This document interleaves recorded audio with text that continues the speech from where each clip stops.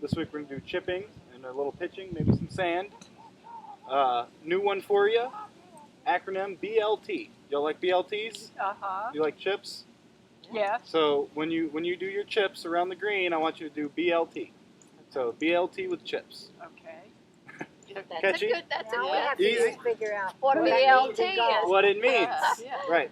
The B is for bend. Some people try and hit golf shots with their legs straight, so make sure you have bent knees. L is for lean. I want you to lean, which means you're going to get your weight on your front foot. And then the T is for tilt. The tilt in the shaft, so the hands is going to go forward. You want to hold that there. So, and if you notice, another good way to check yourself here, if I were to draw a line from the butt of my shaft, it would be out, it wouldn't be hitting myself. When you hit chips, you want to keep it out there. You don't want it ending up here, because then that line would have just hit me in the ribs.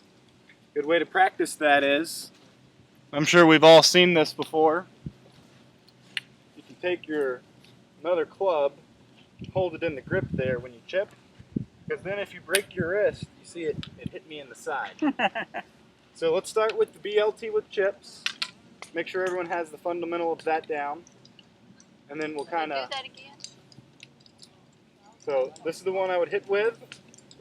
You just put it on there. You see now this keeps going. So then when I chip, I make sure I hold that out there and I don't flip my wrist at it. Does that make sense? Opposite way, Judy. I was going to say, what? You want it out here. Oh, okay, because I thought, man, I can't swing it. Yeah, you want it out there. Is this the one where you bend the knees? Yep. And your weight goes on the front foot. Weight on the front foot. So bend to the knees, weight on the front foot, and then keep the tilt in the shaft. That's BLT with chips. Pretty easy to remember. So let's split. In your case, what's probably making you hit the ground is your feet are together. Uh-huh. So swap with me, or kind of, yeah, go here since she wants to. I'll show you. Okay. When you get your feet together like this, that can be good, but what's happening is you don't have a lot of stability. So when you turn the club back and you turn it through, sometimes you'll hit it right on the ball, sometimes you'll do what I did there and hit behind it. Because I don't really have any room for my body to move.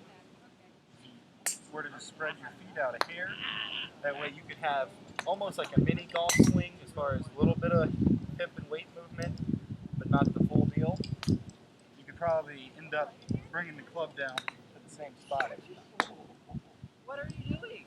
See, even I hit. Probably is part of other lessons. Yeah. Okay.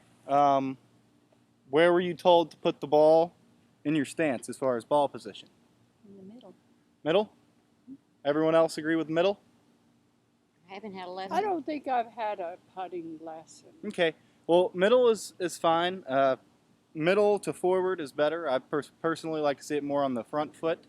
I say like right in here. I'm not a big stickler on let's get really mechanical with putting. There are a few things that I like to see people do. One, the shaft here, y'all tell me, does that look like the shaft and my arms will be able to work together very well? No. How about that? No. What if I try and, get the shaft lined up with my arms, where my arms and the shaft are all in one line, then I can just turn my body down. From there, you turn your shoulders back and through.